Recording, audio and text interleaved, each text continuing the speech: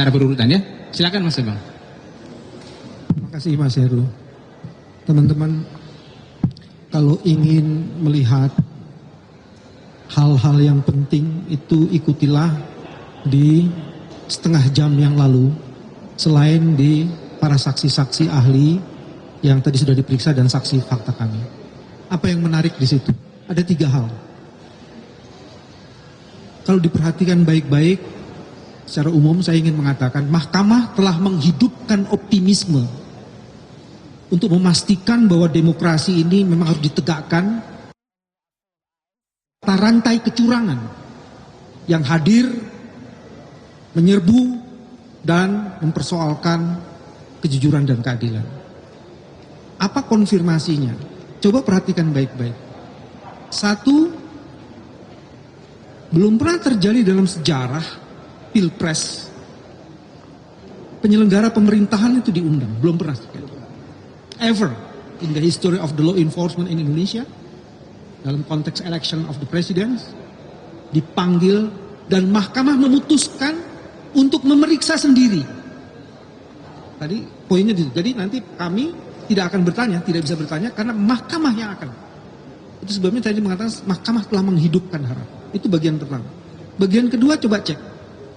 Dalam sejarah Pilpres yang namanya Bawaslu itu jarang sekali diminta klarifikasi konfirmasinya atas berbagai pernyataan yang menyatakan ada begitu banyak pelanggaran terjadi.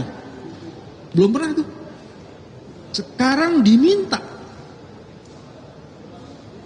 Karena kalau saya memandang sebagai juris, saya memahami bahwa mahkamah ingin sungguh-sungguh memeriksa every single evidence. Terutama itu yang keluar dari Bawaslu. Karena Bawaslu itu adalah pengawas pemilu. Rilisnya itu menjelaskan ada ribuan masalah. Dan ribuan masalah itu mengkonfirmasi prinsip-prinsip dan azas-azas pemilu tidak sungguh-sungguh terjadi dengan sangat optimal. Itu poin yang kedua yang paling menarik.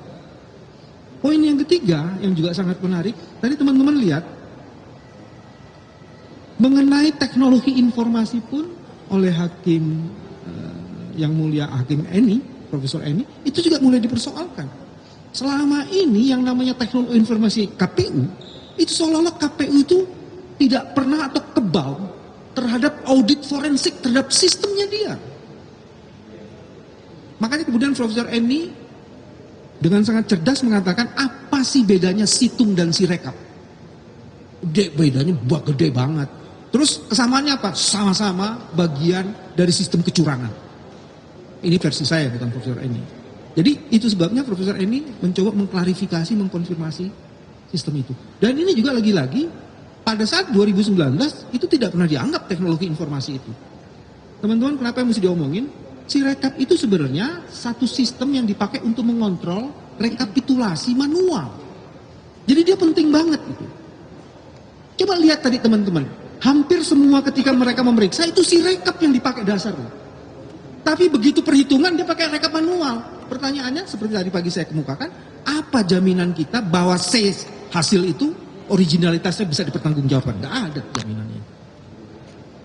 Nah penutupnya Hakim Daniel yang biasanya tenang, ini cara kita membaca itu kemudian dia sudah mulai mempersoalkan kronologis dan timeline mengenai surat keputusan itu.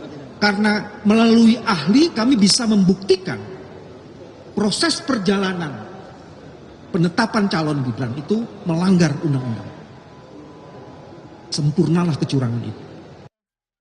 Jadi teman-teman di ujung ini menarik. Nah soal saksi fakta kami ada yang menarik. Memang sulit sih ya kalau lawyers yang tidak di Mahkamah Konstitusi. Jadi ada pertanyaan-pertanyaannya yang menurut saya sih kasihan sekali. Cuman ya sudahlah kita hormati karena sesama kolega gitu kan.